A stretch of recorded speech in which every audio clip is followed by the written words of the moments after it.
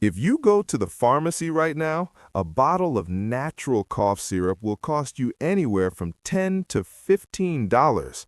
This onion cost me 50 cents. Most people look at this vegetable and just see a base for soup or a burger topping, but our great-grandparents saw something else. They saw a powerful antibiotic, an immune booster, and a lung clearer. Today, I'm going to show you how to make the poor man's cough syrup. It's an old-school remedy that combines two ingredients you definitely have in your kitchen right now. It sounds gross, onions and sugar, but I promise you, by the end of this video, you're going to want to jar this in your fridge all winter long. So why does this work? Is it just an old wives' tale? Actually, the science is solid.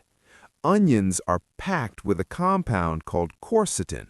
It's a bioflavonoid that is incredibly good at breaking down mucus and fighting inflammation in the chest.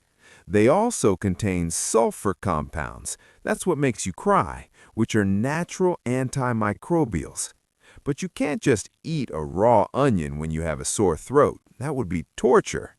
That is where the second ingredient comes in, honey.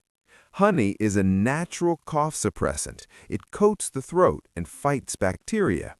When you mix them, you aren't just making them taste better, you are creating a chemical reaction called osmosis. The sugar draws the medicinal juice out of the onion cells, creating a concentrated syrup without adding a single drop of water. Let's get to the chopping block. The first step is prep. You can use yellow onions or red onions. I prefer red because they're generally higher in antioxidants, but yellow works perfectly fine. Here is the secret. Do not chop them into big chunks. You want to slice them into thin rings or half moons. Why? Surface area. The thinner the slice, the more contact it has with the sugar and the more juice we can extract. If the chunks are too big, you won't get much syrup. Now we build the layers. Grab a clean glass jar. It doesn't need to be sterile like for canning, just clean. Start with a layer of onions, then cover it with a generous layer of honey. Don't be shy with the honey. You want it to coat every single slice. Then another layer of onions, another layer of honey. Repeat this until the jar is almost full. Now, I know what some of you are thinking. I don't have raw honey, or honey is too expensive.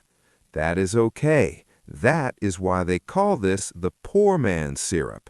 You can do this exact same process with plain white sugar or brown sugar. In the Great Depression, they didn't always have honey. They used sugar. Sugar is highly hygroscopic, which is a fancy way of saying it attracts water. It will pull the juice out of the onion just as well as honey. You won't get the added antiviral benefits of the honey itself, but you will get the quercetin and the expectorant properties of the onion syrup, so use what you can afford. Once your jar is full, put a lid on it. Do not add water. I repeat, no water. Leave it on your counter at room temperature.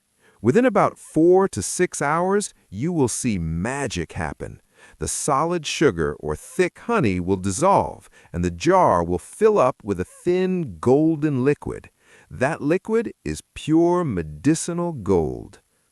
After about 12 to 24 hours, you can strain the onions out, or just leave them in and spoon the syrup around them.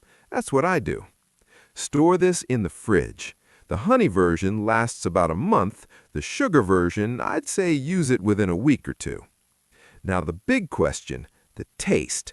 People are terrified to give this to kids because they think it'll taste like biting into a raw onion. Honest verdict? It's sweet.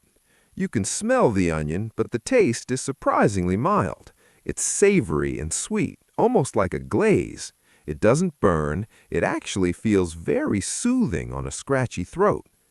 Dosage-wise, the old tradition is 1 tablespoon every 3 to 4 hours when you have a cough or chest congestion. You don't need a degree in chemistry to take care of your family. Sometimes you just need to look in your pantry. Now, this syrup is great for coughs, but what if you're in pain? What if you have a headache or backache and you're out of ibuprofen? Nature has a tree for that too. It's called nature's aspirin, and it's probably growing near a creek near you.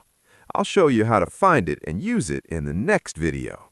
Make sure you're subscribed so you don't miss it.